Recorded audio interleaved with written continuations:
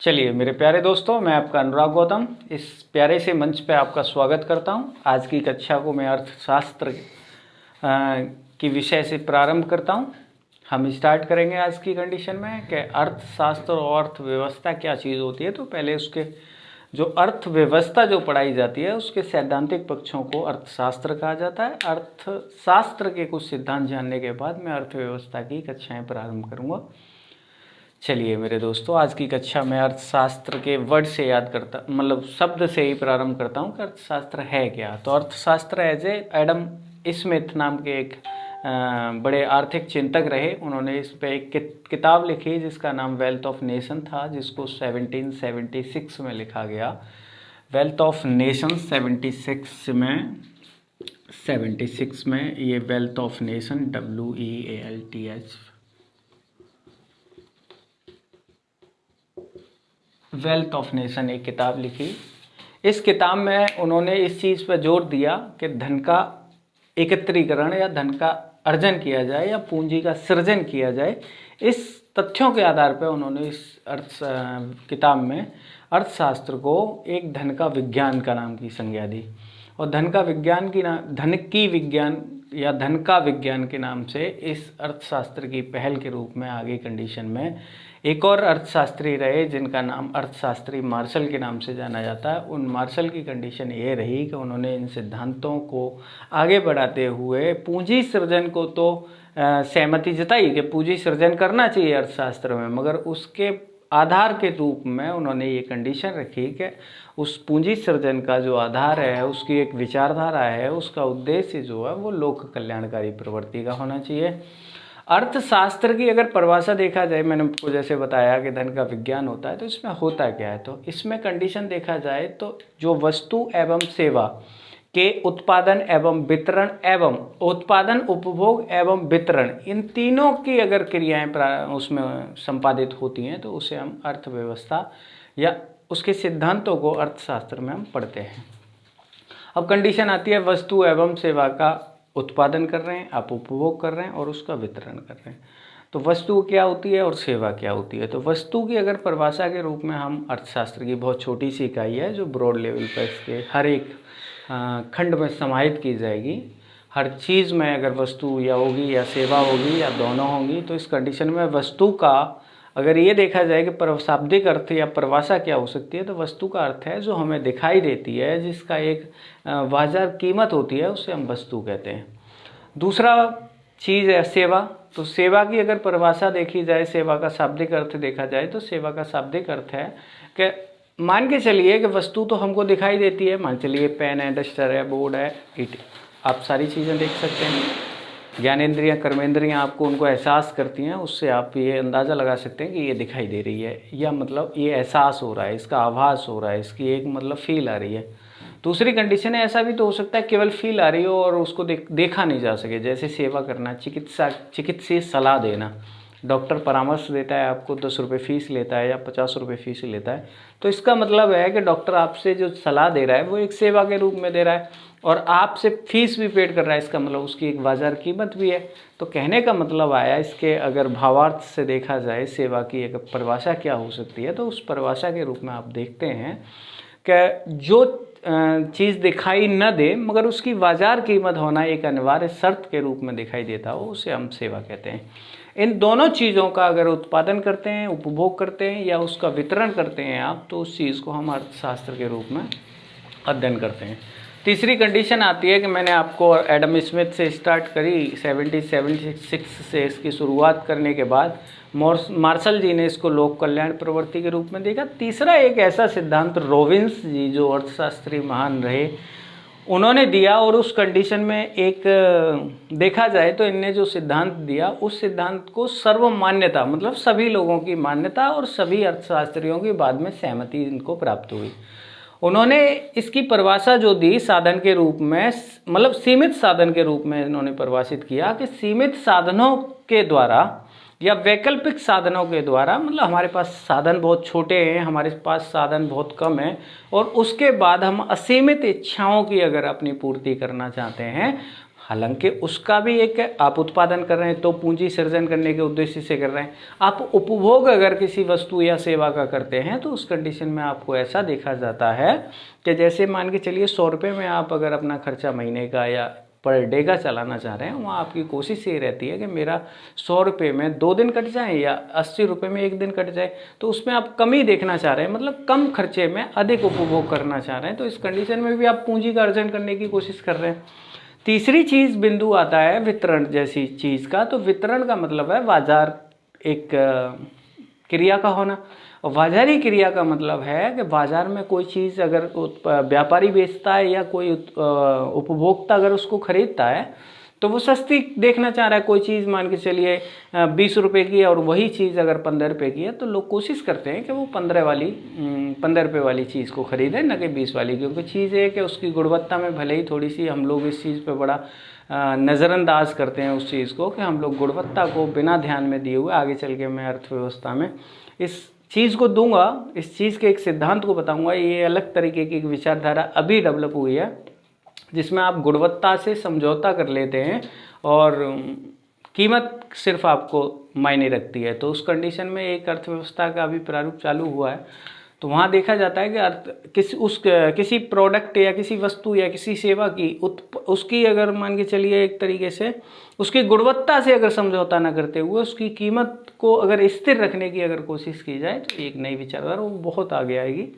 तो यहाँ कंडीशन रहती है कि उसकी हम वस्तु एवं सेवा में मान के चलिए हम वितरण संबंधी की बात कर रहे हैं, तो गलत प्रोडक्ट चाहे सस्ता होना चाहिए, क्योंकि हमारा बजट क्या रह रहा है, हमारा उद्देश्य क्या है कि पूंजी का अर्जन करना है, कम पैसे में खरीदनी है। और वो व्यापारी क्या सोच रहा है कि मुझे ज़्यादा में बेचनी है, तो वो इतने टैक्स के बावजूद भी कोशिश कर रहा है, लागत मूल्य के बाद मान के चलिए टैक्स लगाया, टैक्स के बाद भी वो एक्स अलग, मतलब क्यों आपने देखा होगा किसी वस्तु को खरीदते वक्त क्या उस पर लिखा होता है मिनिमम MSP लिखा होता है, तो उसका मिनिमम सेलिंग प्राइस तो होता नहीं है, उसका होता है मैक्सिमम सेलिंग प्राइस। तो इसका मतलब एक चीज़ पे अगर 12 रुपये पड़े हैं तो इसका मतलब है आप 12 रुपये की अधिकतम सीमा तक उसका बिक्री कर सकते हैं। लोग क्या करते हैं 12 तक ही खरीदते हैं, मतलब 12 में ही खरीदते हैं। तो भैया 12 एज ए मैक्सिमम है, किसी ऐसी कंडीशन में खरीदनी है आपको जहाँ सारे कर सारी मतलब इस पर अधिरोपित कर दिए गए हों।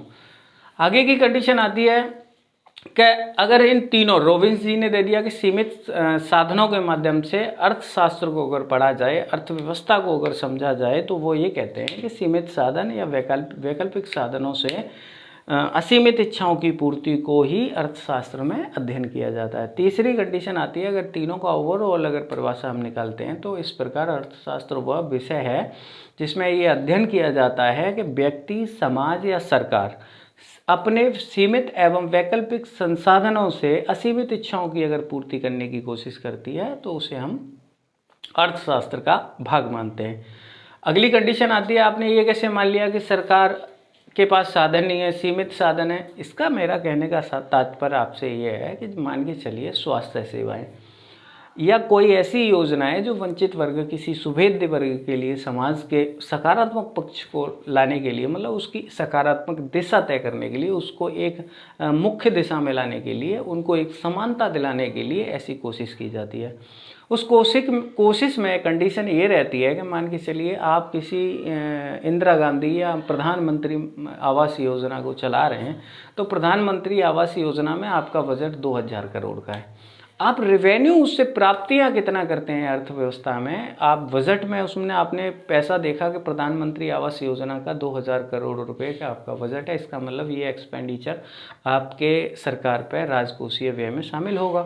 अब कंडीशन आती है कि ये राजकोषीय व्यय को तो दर्शा रहे हैं आप 2000 करोड़ का, मगर इसकी प्राप्तियां आपको दिखाई नहीं दे रही हैं, क्योंकि इससे प्राप्तियां हो ही नहीं रही हैं। तो इसका मतलब है कि और संसाधनों से प्राप्त जो आय हो रही है वहाँ से कहीं से एडजस्ट किया जाएगा।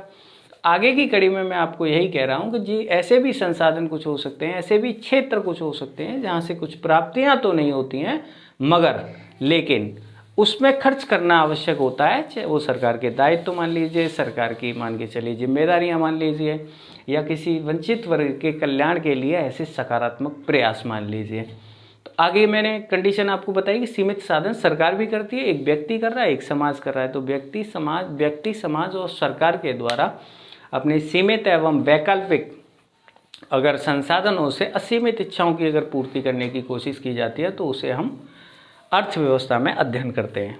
तीसरी कंडीशन आती है कि इसके भाग क्या हो सकते हैं, किसके अर्थशास्त्र के भाग क्या हो सकते हैं। अभी मैं सैद्धांतिक पक्ष को गिना रहा हूँ आपको, अर्थशास्त्र को। अर्थव्यवस्था इसका एक मतलब एप्लीकेशन फॉर्म, जिसको व्यवहारिक तरीके से देखेंगे, ये सैद्धांतिक पक्ष का एक जब क्रियान्वयन होता है किसी चीज़ में, एप्लीकेट होता है, तो उस चीज़ को हम व्यवहार सिद्धांत या व्यवहार में लागू होना कहते हैं। तो उस चीज़ को हम फिर अर्थव्यवस्था के नाम से इन्हीं सिद्धांतों को पढ़ेंगे। तो अर्थशास्त्र की परिभाषा जैसे आपने देखी, सीमित साधनों से असीमित इच्छाओं की पूर्ति करना और पूंजी अर्जन जैसी एक उद्देश्य के लिए काम करना, और जिसमें उत्पादन, किसी वस्तु या सेवा का उत्पादन, उपभोग एवं वितरण जैसी चीज़ें शामिल करके और पूंजी अर्जन करने की कोशिश की जाती है, तो उसे हम अर्थशास्त्र कह रहे हैं। और धन का विज्ञान एडम स्मिथ जी ने कहा 1776 से, ये मान के चलिए पॉपुलरिटी बनी, और पॉपुलरिटी के बाद धन का विज्ञान के बाद अर्थशास्त्र के विभाग भी बांटे गए। तो इसके दो विभाग बांटे, मतलब भागों में बांटा गया, जिसको एक को व्यष्टि अर्थशास्त्र कहते हैं, व्यष्टि अर्थशास्त्र कहते हैं, और दूसरे को समष्टि अर्थशास्त्र कहते हैं।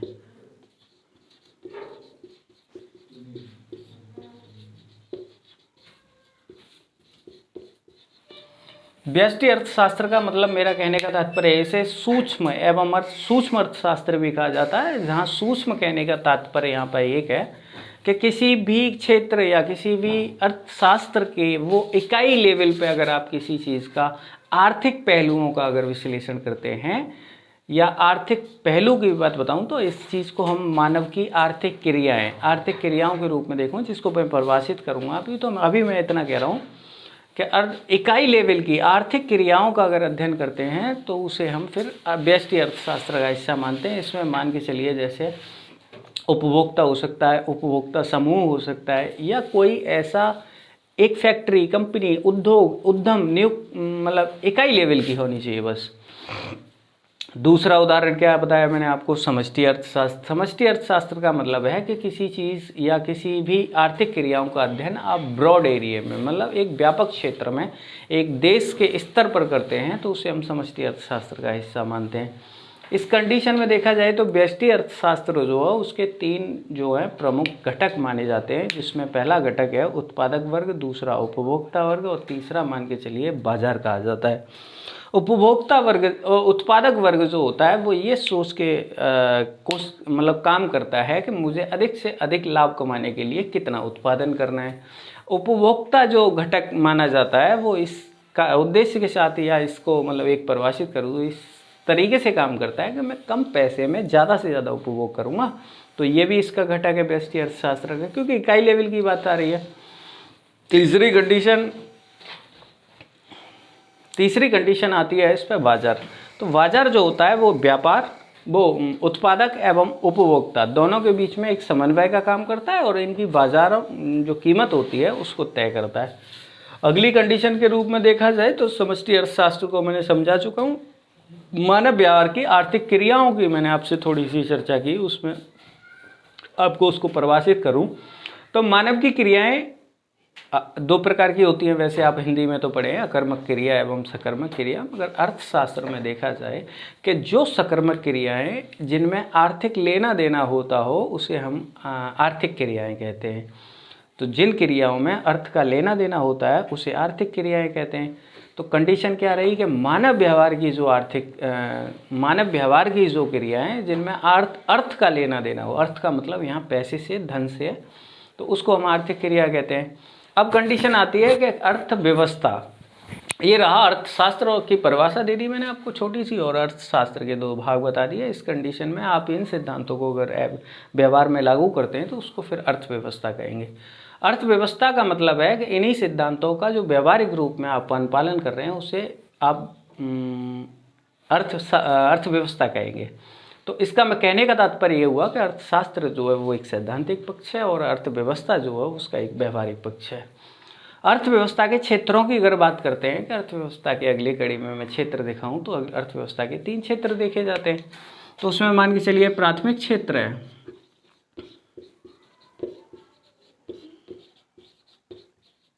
दूसरा द्वितीयक क्षेत्र है,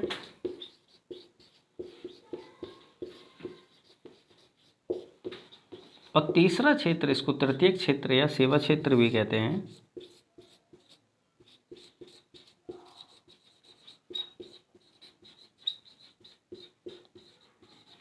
सेवा क्षेत्र भी कहते हैं। कंडीशन आती है ये होते क्या है भाई, कैसे बांटा गया है इनको, किस आधार पर बांटा गया है, इनकी प्रकृति क्या है और क्या ये चाहते हैं। तो प्राथमिक क्षेत्र के अंतर्गत ऐसा माना जाता है कि प्रकृति या किसी मतलब हमारी जो धरती है उससे अगर डायरेक्ट रूप में हमारे कोई संसाधन की प्राप्ति होती है तो उसे हम प्राथमिक क्षेत्र के रूप में देखते हैं। जैसे कि आप देख सकते हैं मत्स्य पालन है, पशुपालन है, कृषि वानिकी है, या आप खनन है, उत्खनन है। तो यहाँ दो वर्ड आए, खनन एवं उत्खनन। तो खनन की कंडीशन में बता दूं, खनन किसको कहा जाता है। तो खनन का मतलब होता है कि किसी चीज़ को आप इस ऊर्ध्वाधर स्थिति में अगर खुदाई की कोशिश कर रहे हैं, जैसे उसको आपने देखा होगा कि कहीं अगर खनन हो रहा है। उत्खनन, जैसे आपने हड़प्पा सभ्यता में सुना होगा कि वहाँ खनन न करके उत्खनन कहा गया। उत्खनन का मतलब है कि ये खुदाई जो है वो ऐसे न होके इस परिप्रेक्ष्य में, इस आकार में की जाती है। इसको एक वर्टिकली को खनन कहते हैं और क्षैतिज को हम लोग उत्खनन कहते हैं। तो ये प्राथमिक क्षेत्र में आपने क्या देखा कि पृथ्वी एवं धरती से डायरेक्ट रूप में, मतलब प्रत्यक्ष रूप में प्राप्त होने वाले जो हमारे संसाधन हैं, जो उत्पाद हैं, उस चीज़ को हम प्राथमिक क्षेत्र के अंतर्गत देखते हैं।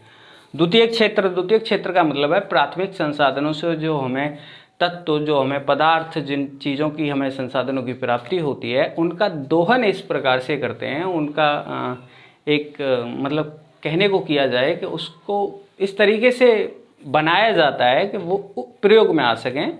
मतलब कच्चा रॉ आप इसका इस्तेमाल नहीं कर सकते हैं, तो उसको किसी न किसी का यंत्र से, किसी न किसी पद्धति से आप उसको खाने योग्य या इसको यूज़ करने योग्य बनाएंगे। तो उसी चीज़ को हम द्वितीय क्षेत्र में रखा जाता है। द्वितीय क्षेत्र में देखा जाए तो जैसे निर्माण है, आपका विनिर्माण है, आपकी जल आपूर्ति है, आपकी विद्युत है। तो आप जल ले लीजिए, मानी चलिए विद्युत ले लिए, तो जल से आपूर्ति बनी, आप डायरेक्ट जल में मानी चलिए किसी नाले या नदी में तार लगा के डाल देंगे तो वहाँ पे आपका पंखा तो नहीं चलने वाला है। तो इसका मतलब ये धरती माँ का ही है, ये जो आपका जल दिखाई दे रहा है, या आपको मान के चलिए जल बिजली दिखाई दे रही है, मगर कंडीशन ये है कि उसको बनाने की ऐसी एक पद्धति इस्तेमाल की गई है जो इस कारण से उसका प्राथमिक क्षेत्र के उत्पाद का द्वितीय क्षेत्र में किसी पद्धति के इस्तेमाल से उसको द्वितीय क्षेत्र में इस्तेमाल एक रूपांतरित कर दिया गया, उसे हम द्वितीय क्षेत्र कहते हैं। तीसरा क्षेत्र होता है, या मैंने आपसे बोला मैंने क्या क्या इसके वो हो सकते हैं, तो इसमें निर्माण हो सकता है, विनिर्माण हो सकता है, एक जल आपूर्ति हो सकती है, एक विद्युत हो सकती है। तो विद्युत मतलब एक उपलब्धता, मतलब दूसरों को बांटना एक तरीके से, इस चीज़ के बारे में बोल रहा हूँ, क्योंकि मैंने आपसे पहले ही बताया कि प्राथमिक क्षेत्र से प्राप्त करके द्वितीय क्षेत्र में इसको सब लोगों में एक वितरण संबंधी प्रक्रिया, मैंने आपको पहले ये उत्पादन, उपभोग एवं वितरण, या तो आप उत्पादन कर रहे हैं उसका, या उपभोग कर रहे होंगे, बिजली बना रहे होंगे, या बिजली खपत कर रहे होंगे, या बिजली को बांटने का काम कर रहे हैं, या कोई एजेंसी के रूप में आप काम करते हैं। तीसरी कंडीशन है, आपने दो वर्ड पहले सुने, विनिर्माण और निर्माण। तो निर्माण का मतलब है किसी आधारभूत संरचना को आप अगर किसी फैक्ट्री लेवल पर बनाते हैं तो उसे आधारभूत संरचना को ही निर्माण कहा जाता है। और दूसरी कंडीशन आती है, आधारभूत संरचना को अगर, या किसी चीज़ का उत्पादन उस संरचना में, जो बनी हुई संरचना है उसमें अत्याधुनिक तकनीक का इस्तेमाल करके अगर हम ज़्यादा प्रोडक्शन के लिए ऐसा कोई काम करते हैं, उसे हम विनिर्माण कहते हैं, जिसमें मशीनें एवं अलग अलग पद्धतियों का इस्तेमाल जो अत्याधुनिक तरीके से होती हैं उनको हम विनिर्माण कहते हैं। तीसरी कंडीशन आती है तृतीय क्षेत्र। तृतीय क्षेत्र जो है सेवा क्षेत्र भी कहा जाता है। तृतीय क्षेत्र में आने वाले जो हमारे क्षेत्र हैं उनमें ज़्यादातर परिवहन हो गया, बैंकिंग हो गया, मानी चलिए बीमा हो गया, भंडारण हो गया, स्वास्थ्य सेवाएं हो गई, लोक प्रशासन जैसे शब्द हो गए, मतलब क्षेत्र हुए, पर्यटन हो गया, सूचना एवं प्रौद्योगिकी, रक्षा एवं शिक्षा जैसी चीज़ें काम करती हैं। प्राथमिक, द्वितीय, तृतीय क्षेत्र की अगर आप एक दूसरे की कंडीशन देखी जाए कि एक दूसरे से मिले या एक दूसरे से जुड़े कैसे हुए हैं, तो प्राथमिक क्षेत्र और द्वितीय क्षेत्र एक दूसरे में परस्पर तरीके से जुड़े हुए हैं, सहज संबंध का इनके बीच रिश्ता है। जैसे कि मान के चलिए प्राथमिक क्षेत्र से आपने गन्ना उत्पादन किया, मैंने आपको पहले ही बता चुका है, कृषि, पशुपालन, वानिकी, ये चीज़ें जो हैं प्राथमिक क्षेत्र की हैं। अगर यहाँ से कंडीशन आई कि दूसरे किसी प्रोसेसिंग के माध्यम से, किसी पद्धति के माध्यम से इस चीज़ को, गन्ने को चीनी में बदल दिया गया, तो इसका मतलब आया कि ये द्वितीय क्षेत्र आपका बन गया यहाँ पे। अब प्राथमिक क्षेत्र से वही चीज़ द्वितीयक क्षेत्र में आ रही है, और द्वितीयक क्षेत्र से चीनी का जो इस्तेमाल करने वाला बंदा है वो कौन हो सकता है, तो वो किसान भी हो सकता है, एक डॉक्टर हो सकता है। तो वो किसान के रूप में हम अगर देखें इसको, तो जो किसान गन्ने का उत्पादन कर रहा था वही इंसान को किसी चीनी, मतलब उसका प्रोसेसिंग पद्धति अलग हुई, अलग अलग क्षेत्रों से बन के आई, मगर उसकी आवश्यकता किसको हुई, आवश्यकता भी तो उसी को है। तो कहने का मतलब आया कि ये जो पैदा कर रहा है उसी ने गन्ना पैदा किया, उसने चीनी नहीं बनाई। बस अगर चीनी मान के चलिए बन के आई तो ज़रूरत भी उसको हुई। तो इस तरीके से एक दूसरे से ये लोग आपस में जुड़े हुए हैं। जैसे मान के चलिए गेहूँ पैदा किया, उसके बाद ब्रेड बनाओ, ब्रेड को ही आप हम ही लोग लेने जाते हैं। तो वो चीज़ देखी जाए तो एक दूसरे से जुड़े हुए प्राथमिक क्षेत्र, द्वितीयक क्षेत्र और तृतीयक क्षेत्र। अगर कंडीशन देखी जाए कि एक भौगोलिक सीमा में एक क्षेत्रीय अलग मतलब निर्धारण होता है, हर एक मानचित्र को भी अगर किसी को भूगोल में जैसे आप पढ़ते हैं तो एक भौगोलिक सीमा होती है, उसमें कंडीशन देखी जाए कि एक वर्ष में देश की घरेलू सीमा जो होती है, जो जहाँ जहाँ हमारी बाउंड्री है, तो बाउंड्री के भीतर अगर प्राथमिक, द्वितीयक एवं तृतीयक क्षेत्रों का अगर होने मतलब तृतीयक क्षेत्र की होने वाली जो सभी आर्थिक क्रियाएं हैं, मैंने आपसे पहले कहा था भौगोलिक सीमा के अंदर की बात कर रहा हूँ, एक देश के भीतर की बात कर रहा हूँ। आप पाकिस्तान को यहाँ नहीं जोड़ सकते, आपकी भारत की जहाँ तक भौगोलिक सीमा है वहाँ तक की बात कर रहा हूँ। तो जो उसके अंदर प्राथमिक, द्वितीयक और तृतीयक तीनों क्षेत्रों की अगर घटित होने वाली आर्थिक क्रियाएं हैं उसे हम जीडीपी कहते हैं। तो इसका मतलब आया कि एक वर्ष में तीनों चीज़ें कितनी, कैसे, उन तीनों का जो जोड़ हुआ प्राथमिक, द्वितीयक, तृतीय का, उस चीज़ को आपने क्या कह दिया, जीडीपी।